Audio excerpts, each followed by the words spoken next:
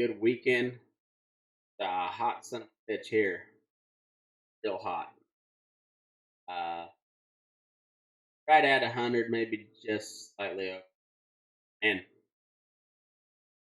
hadn't seen that for like a year. It sucked. Recommend it. How you folks south?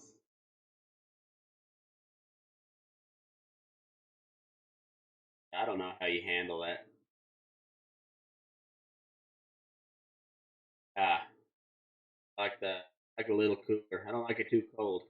I could just get, if I could get it to be between 75 and 40, like every day of the year. Um, maybe a quarter inch of rain and no wind. I think I'd have it set. I don't think that's asking. I think that's not a whole lot to ask. Um, but that's all right. I haven't hasn't come true yet, and I don't know. Will, but uh got a lot of crazy shit going on in the world, and I probably a lot I should cover, but I'm just so I want to tell you about a little place. It's in Kansas now, but it used to be called no. It's called Trail City, and it's got a pretty cool history to it. And back in my old stuff grounds, and I think you might like this. Before we get into that, though, I've got some people to help pay the bill around here, and a glorious voice in your ear holes 3 times a week, every day, week. Um, and I gotta give them the recognition they're due, and so I'm gonna tell you about them right now. First off, we got our lead sponsor, the Stetson Ranches. They're in Fromberg, Montana. Uh, just an awesome um, little outfit, fixing to be a big outfit. Going to be a generational ranch, sustainable family throughout time and eternity is the hopes and little backstory on the Stetsons. Jese Stetson is a third generation rancher, originally out of Steamboat, Colorado, and as ranches tend to do, they get passed down, and then trouble hits, and eventually getting sold off. And that's kind of what happened with Jay and his family. And luckily, Jay and his son Jesse, Jesse, time good friend of mine now. They went and made some money in the oil business. They busted their ass, built a company out of nothing, and hit and capitalized on the oil boom with the Bakken oil fields there in North Dakota, and we're able to sell it off and buy this place there in Montana, which is you know just southwest of Billings. Belly deep grass on the cattle. Really an awesome place. Beautiful, great story behind it, and now they're looking to build a legacy type ranch, and the backbone of that is their box beef program, direct to consumer, and you can give them a holler and say, "Hey, I need some beef. Hey, I got some beef. Good beef, damn good. Registered Angus cattle. Cows are all registered Angus, covered by registered Hereford. Got some really awesome F1 Baldy calves that just really make a damn fine cut of meat. Great ribeye to put on your plate, and they're gonna do it right. They'll hang for one, and it'll be delivered to you, shipped free to your door on ice, and you can get that for as low as an eighth of a beef. Have to buy the whole animal. Can't afford it. Don't have space. They'll sell you as little as an eighth, and it's a pretty damn good deal. They're working on getting their price packages set up, but it's going to be roughly, you know, $5 to $6 a pound. So you're getting the whole animal, steaks, roast, stew meat, ground beef, all that good stuff combined in one package for about the price of what you pay for ground beef at the grocery store. And if you open up one of those tubes of ground beef from ranches, it's going to be meat from one animal and one animal only, unlike the stuff you buy in the grocery store. Nothing wrong with it, but it's got as many as 500 to 600 head of cattle that are intermingled in that one package of ground beef. And like I said, there's nothing wrong with that, but you never know where those cattle came from. You never know what kind of cattle got mixed together to make that lean. Um, but you know how it came to your plate when you buy it from Stetson Ranches. Also, they have got a really top-notch horse program with a lot of old foundation type bloodlines in their brood mares. These are big, soggy, deep-chested, big hip mares, just built like you'd want them.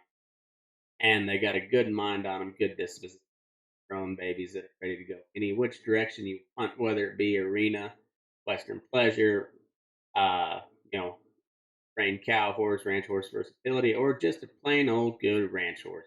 Go any which way you want. They got the size and the bone structure to go rope all day, and they got the athleticism cut, and there's good moving animals, and just really, really top notch herd. Stetson Ranch has got it all. We'll be telling you some more about them in the near future, but I'm really excited to have them on board. So thanks, Jesse and Jay and the whole Stetson clan. You got any questions on the beef, just send me a message here at Burning Daylight on the Facebook page, and I will get you back with the people that know what's going on. But we gonna send us a message if you're interested. They've got the beef still available sale this year, and they will have a timeline coming out pretty soon on the cattle they got getting ready to go for next year. So, anyways, Stetson Ranches. Find Jesse on Instagram at Jese Stetson, and really great group of folks. Next up, we got Loma Livestock. George, good buddy of mine, bought himself the best goddamn sale barn in North America. We're working on making it the whole world, but baby steps. North America will do just fine. It's the best place on earth, and the best place to buy cattle, sell cattle, look at cattle being bought or sold, and also just it's a good guy to talk to. Old George Raftopoulos. They just finished up a sale on Friday. They got one coming up, and not this coming Friday, but next the Friday after. Um, Depends on how hot it is. They like to take care of their cattle, so they had one start at 8 a.m., which is a little different, but it got hot up there, and they wanted the right thing and get those cattle out to greener pastures while it's still cool enough, and that's what they did because they're top notch outfit. Anyway, they're located there in Loma, Colorado, 1369 12 and a half Road, and make sure you give them a holler if you got any questions, 970-858-9988. Check out their website online, lomalivestock.com. And also, if you can't make it to a sale, don't worry your pretty little head. Just head over to dbauction.com, click on the Loma Livestock tab. You can watch the sale live right there. And you can also bid on it right there. So check them out. Thanks, George. Next up, got Nick Allen Lute, buddy of mine, with his rawhide braiding business. Right now, he's kind of specializing in braided rawhide Hondas. These things are the real deal, but he's also working on some Bozels. He'll have some of those. He'll be taking orders for those sometime here in the near future. Once he gets all everything like he wants, and he will, because he's damn good at what he does. I've got 3 of his Hondas.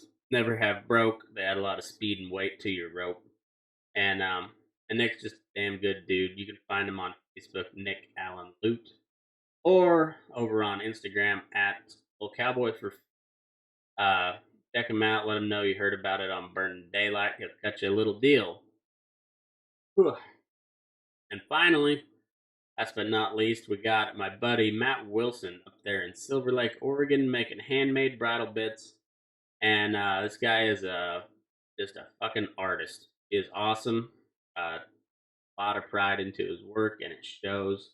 A lot of attention to detail, and he makes some of the best handmade bits on the market. Um, Not well known, but we're trying to change that because his work should be well known. Got one of his bits myself, and it's really, really nice. My whole like it's got great feel, balance, and it looks damn cool. Got a cowboy vaquero uh, with a quirt just raking and spurring on a T-Rex. One of the coolest bits I've ever seen. I'm lucky to have it, and Matt's a great guy, great artist, hell of a musician, and his lovely wife is even more talented than him, and they're just really good people. Um, Check out his work over on Instagram at Wampus Cat Sound, WampusCatSound. That's all one word. Wampus Cat Sound. Matt Wilson, thanks for sponsoring the show, amigo. And let's get into a little history, a little fun history.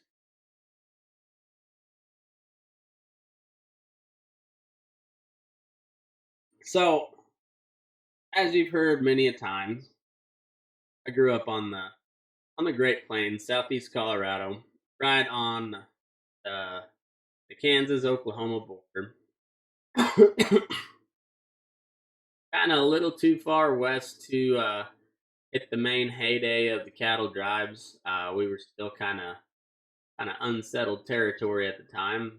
Uh, Texas ranchers, kind of crazy. So when the conquistadors came over to Spain, you know they brought cattle over on their ships. How they kept them alive on that trip from Spain to Americas on a big wood, um, in the 1500s. That's a pretty amazing feat. Um, we got some cattle from Hawaii that we fed out, not this last winter before, and I guess they floated them over on a big barge, which obviously quite a little bit faster than the Nina, the Pinta, and the Santa Maria, and I guess they played hell with death loss on the ship, uh, just floating them over Hawaii. I don't know what the distance is from Hawaii to probably docked at FA. So I don't know what the distance is there comparable Spain to Mexico. Uh, I will just call it about even for fun. Um, but they played hell getting cattle from Hawaii to California on a modern day barge. I can't imagine what try and keep cattle alive coming on an old ship, old and and try to keep cattle alive. But anyhow, they did it somehow, and so when the conquistadors started exploring and conquering Central America and Mexico west, they brought these cow herds along with them for a good um, you know planners. Those Spaniards were apparently, and so they brought a bunch of these cattle, most of them kind of longhorn type. And after the explorers left, went back to Spain, and they left us in there. But um, by and large, like the Spanish government kind of just out after a while, didn't have the money to maintain that empire. But in the meantime, there's still a bunch of Spaniards, and they settled all over the Southwest, in California, and they had these little missions, and they had these little cow herds, and eventually some of those the cattle would get lost, and they wouldn't get gathered, and they roamed free. And I guess at one point, right before the Civil War, the state of Texas had something like 3.5 million head of just wild cattle running. and there was some early pioneers that went fairly good. Jese Stetson, uh, Trail, and several others. Um, they started building these herds and selling to feed the growing beef demand on the East Coast. That was the start of the American cattle boom, I guess. So next thing you know, you got these big ranches all over Texas gathering these wild cattle, and they're trying to get them to market. And you know, nowadays we'd just pay you know meth head that likes to listen to death metal and drive fast and stay awake for days at a time. We pay him some money and he takes those cattle and tips them to where they're going with from in calf going out to grass or some grass cattle getting ready to go to the feedlot or some fat cattle headed from the feedlot to the packing plant. And then uh, animal gets knocked, processed, and then gets trucked right back out of that facility as box beef. And it's a pretty streamlined process we got now. We've it's a little bit of a fragile uh, supply chain as we found out during this pandemic, but overall it works pretty goddamn efficiently. Might see a spike in prices. You might see a few shortages here and there, but overall there was no like big shortage of protein in this, and we can thank that in large part to how our infrastructure is built on in our supply chain. So fragile as it may be, at sometimes it's still damn efficient. And then we go back to the early days. Um, Railroad was a new thing. Still getting the bugs worked out of that one. Trying to build lines so they could span westward with it. In the meantime, yeah, excuse me. You've got folks that are coming out west on the old land boats, big schooners. What do they call those? Anyway, the big covered wagons, and that's really unless you're traveling at a pack your kit and another one to ride, and you just rode out west, and hopefully you didn't run into any Indians, and if like hell they want to trade, so you could not have to shoot it out, and hopefully they liked what you had to trade until you trade, and then you had to be a little more careful. But the railroad was what really caused the cattle market. And so once the railroad started heading west through Kansas, all these ranches started driving their cattle up to Kansas rather than driving them to the river or bringing them up over through the Ozark Trail and then St. Louis to packing house. Um, they just drove them straight, well, not straight north. They drove them north to Railhead, and the first railhead, I guess, for cattle was constructed like 1807. So shortly after the Civil War ended, and it was constructed there in Abilene, Kansas, and that was they there was a bunch of ranchers already trying to drive cattle and drive them to the river to put them on a barge, and but this guy I forget his name, but he had the bright idea that we can use this new railroad to cattle back and forth, and he got a grant and built up this trailhead there at Abilene, and and then he sent a rider just trying to hit every single herd coming up to to hit the Ozark Trail. He searched far and wide and said, "Here, come sell your cattle here. Come sell your cattle here. Got a town. We got drinking. We got gambling. We got the ladies, and we got a railroad. We can put your cattle on, take them straight into St. Louis, and get you a fair price." And they had a couple herds gather the first year, about 2,000 head or so, and then next thing you know, other ranchers heard about it, and this word of mouth traveled pretty quick. And word of mouth is always best advertising. So they met up with some ranchers that were getting ready to gather next year, and they said, "Hey, take it to Abilene.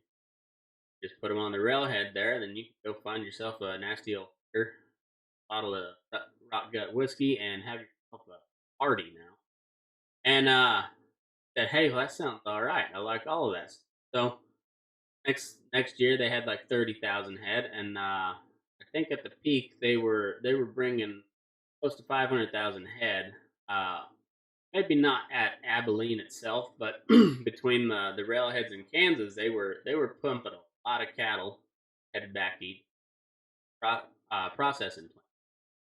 Well, then right around 1885 is when the order went through, and there was a little thing called the Texas article right quick. Yes, Texas fever. So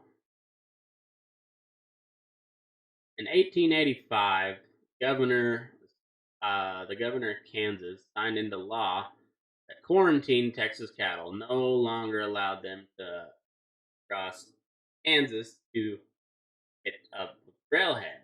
And so that was a big blow to all these Texas ranchers who were end up with this, driving cattle up there and visiting with the painted ladies, talking politics and philosophy. Sure. Uh, so Martin Culver was the first Texas rancher that got hit with it. He had a ranch in Texas, and he was also a cattle dealer down in Corpus Christi. And so he was kind of a rancher slash order buyer at the time. And so he was in the cattle market pretty good, and he must have got an early start and was headed his cattle up. And he was met at the Kansas state line by a bunch of their National Guard, saying that, "Hey, you can't come across Kansas, goddamn Texas fever cattle. We don't like them, like your kind, fuck out of Kansas." So they moved west, and they just followed along the southern border all the way around towards about Elkhart, Kansas, headed back north, and up into Colorado, and they head back east. In the meantime, old Marty Culver, he makes a trip over to Coolidge, Kansas. If you're a fan of the National Lampoon,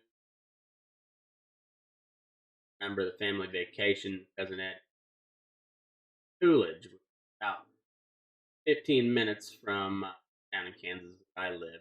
Back to Peters there, Syracuse. And Coolidge, Kansas is about as far west as you can get in Kansas. Kind of like how Walsh is Colorado.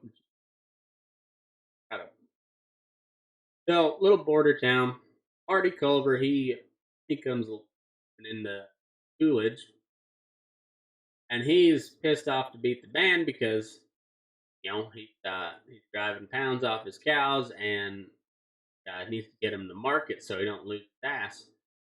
So he sends a telegraph back to Washington, proposal to make an area 3 mile wide section of split between Kansas and Colorado called the No Man's Land. 3 mile wide strip that he can that is no longer part of the state of Kansas, but it's also not part of Colorado territory, state of Colorado, and he can just move his cattle right through there and get them on Montana, where a lot of these cattle were going.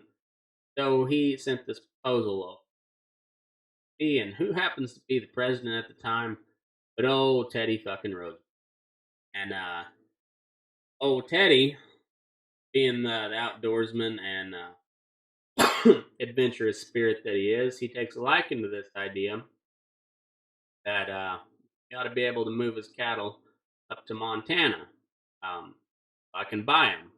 As just so happened that old Teddy Roosevelt was building a ranch there in Montana, and he was buying a bunch of them Texas cattle to stock it. So a little bit of palm greasing makes the world go around, as we found out more.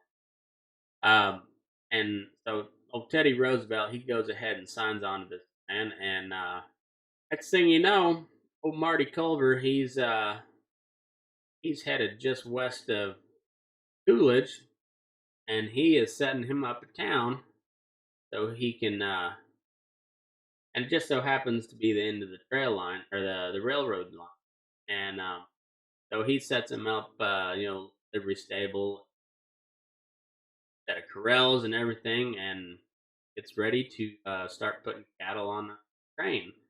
And boy, shit took off then.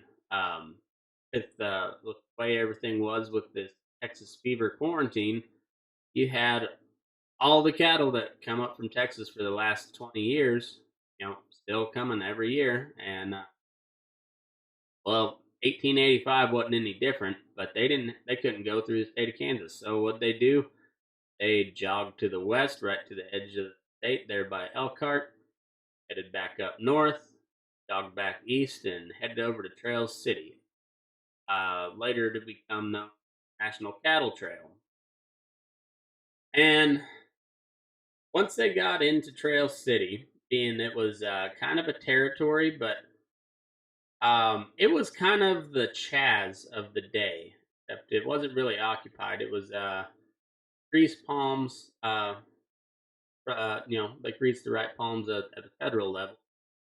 Got this little town set up where wasn't any law, and I don't know really what was in jurisdiction except for maybe the town cop. Was probably the most powerful person in Trail City, or at least had the most, I guess, legal power.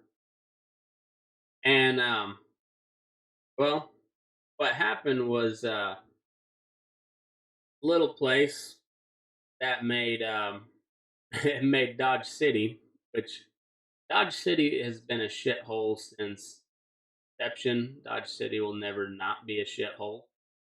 Uh, Trail City, there on the Colorado-Kansas border, no man's land, made Dodge City look like the Tabernacle. Like, it was a rough place. There was a undercover reporter that stayed there for, I think, 3 or 4 days, and reported in his diary of 7 murders in that time period. So, at its peak, there was about 2,000 people there, and but it kind of faded fast.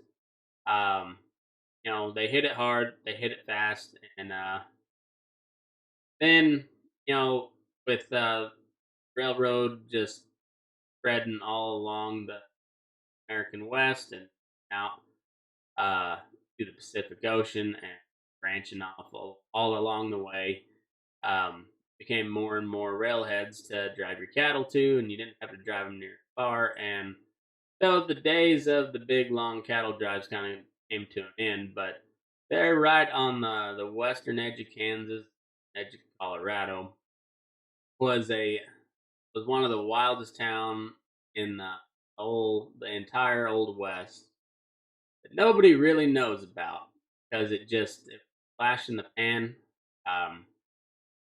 They came a little prematurely. Um, one of the last remaining quotes I've read several times, and I've heard it from the lady who has passed that quote onto several media publications, but it was woman can't ride a horse naked in the town of Coop. And I guess it was brought about because one prostitute over at Trail City must have had herself a real good time, or the old vaqueros got a little or whatever. She decided she had to get out, and she came riding a couple miles east to Coolidge, just naked as a jaybird, and townsfolk. And if you're familiar with that part of the world, so you got southern Colorado, um, Oklahoma Panhandle, Southwest Kansas, Texas Panhandle, really kind of northern edge Bible Belt, and so you got the townsfolk of Coolidge who are just appalled by the sight of this, uh, while strolling through town butt ass naked on. I don't know if she's riding her horse. Oh, she had to have been riding her horse. That was the can't ride a horse. Woman can't. I don't know if a man could. It didn't have to. But a woman couldn't ride a horse naked because the townsfolk thought bad look. Trail City they wanted to try and discourage any intermixing towns possible. Mostly because the women folk were afraid that their men folk were taking regular visits of Trail City, and turns out that um, probably they were, and all these councilmen probably didn't want that getting out public, so they were just fine passing that law. Wives happy, came out of, but it's just a funny story. Out there in the middle of nowhere, and so they did it right for about 3 years or so. I forget how long they were they were in operation there, but it was the original founder died off. One of the main kind of trail bosses, cattle procurers, or whatever he was. One of the other main guys, he died early at age 47 with ruptured appendix. I could better way, but uh, that with the spread of the railroad and everything, it was real. It was like a tumbleweed fire, real hot, real fast, and then out.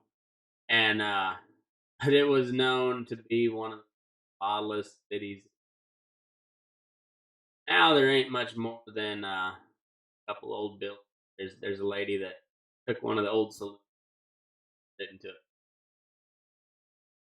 and it's all in the town of Coop, Kansas. Populated about 100. Good day,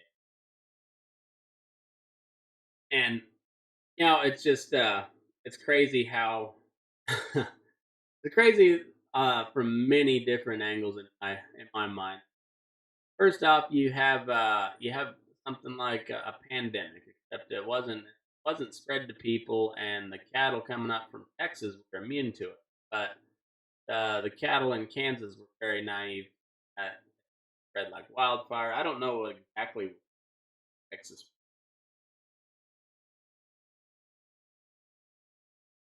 but as you can imagine, back in the day, they didn't have vaccines, didn't have antibiotics, didn't have any real good way to treat these cattle. So you were to get something like that in the state of Kansas, it would spread like wildfire, and wipe out their entire livestock population. That was the scare, anyways, and it sounded like there was probably some truth to that. It sounded like it devastated some herds in Texas. Well, um, So there was justified fear, and but long story short, they quarantined the state, much like you have these lockdowns that are happening now, and much like you're seeing now, somebody will find a way around it, guaranteed. Uh, they money talks, and when you just drove your cattle several hundred miles up from Texas to be met at the Kansas state line by National Guards to fuck out, um, you're kind of between a rock and a hard place. Sounds like this guy was fairly well to do, but um, also it was a pretty large herd that he had coming up, usual, and he went out of his way, figured out how to work the system, and built himself a little fire. Uh, had a lot of notoriety and no law whatsoever for the most part, and he I think it was Culver himself is that died of a appendix. I, it's crazy just how that all worked, and it was the government can always get a way or find a way around something. So this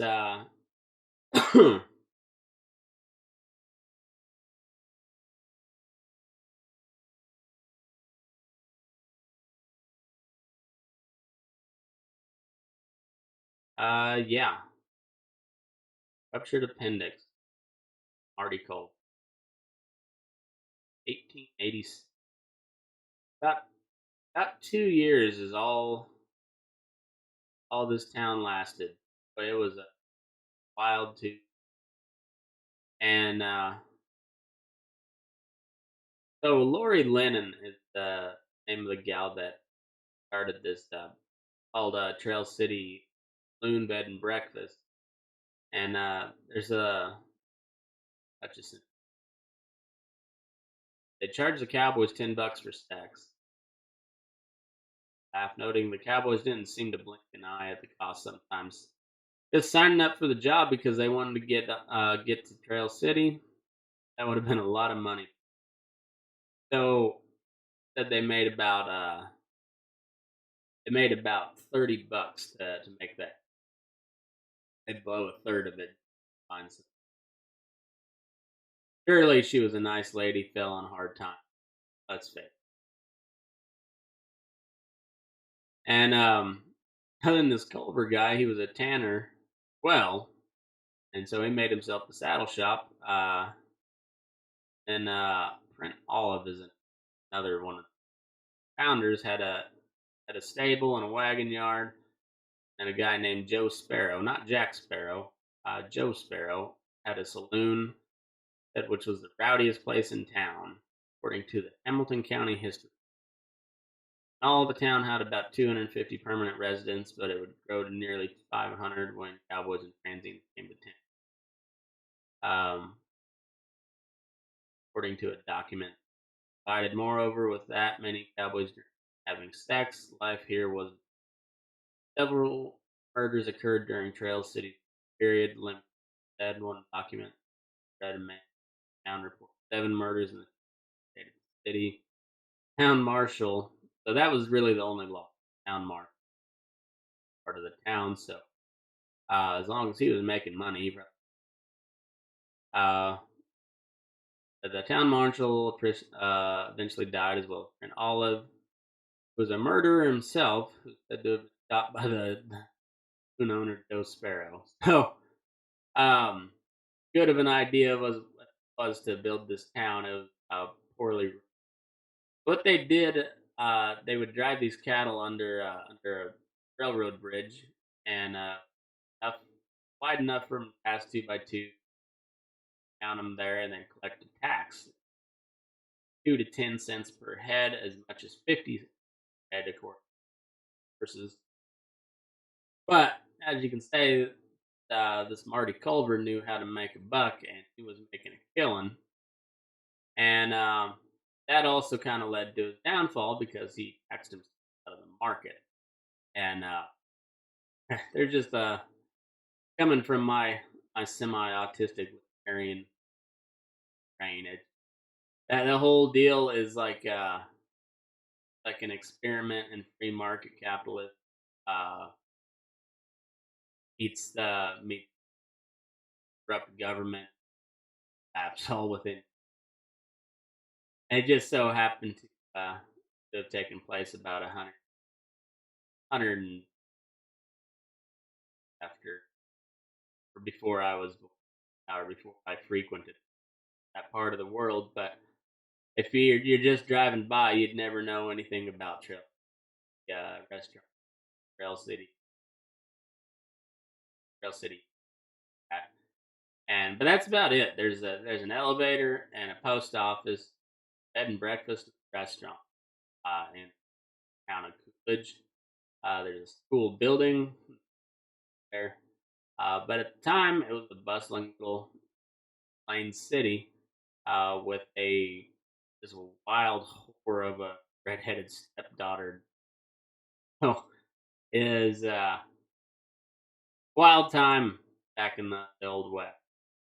Uh, Kind of a cool experiment that guess you could say ended badly for several folks, but it was a unique experiment, I guess, self governance within the country that was built on.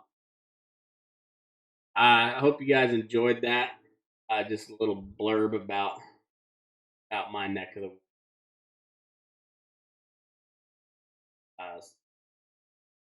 Anyways, I want to say thanks again to all my sponsors, Stetson Ranches, Nick Lute, and Matt Wilson. You guys are awesome. I truly appreciate what you guys do for me, and I thank you, you folks listening, supporting them as well. I know you guys have a pretty good track record of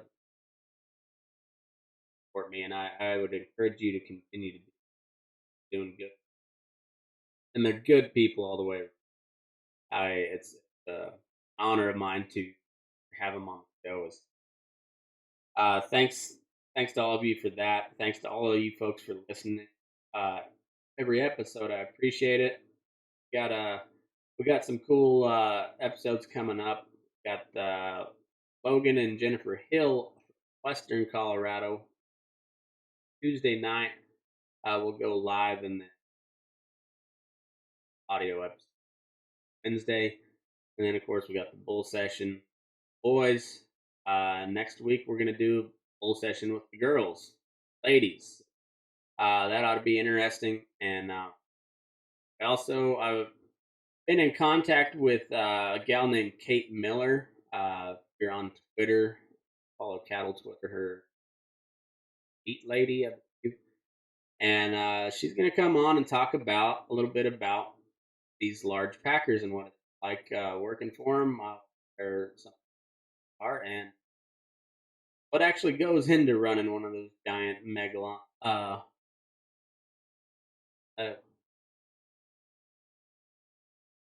One of those giant mega packing plants that are pushing 5 to 6. Um, what actually goes into it. So it ought to be a cool conversation. I don't plan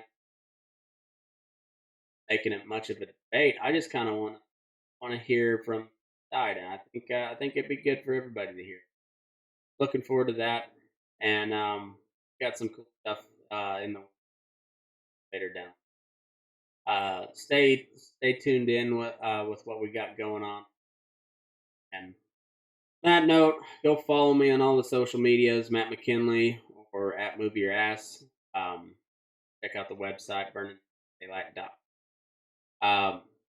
Wherever you listen to the podcast, if you would just leave a rating for me. I appreciate it. Help there. Uh, Apple Podcasts in particular, and just share the stuff with your friends if you like it. Uh, help put it in as many ear holes as you can. And I think we got something.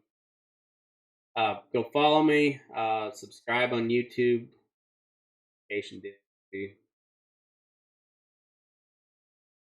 Same on Facebook. And yeah, on that note, have a wonderful week and move your ass. Turn daily.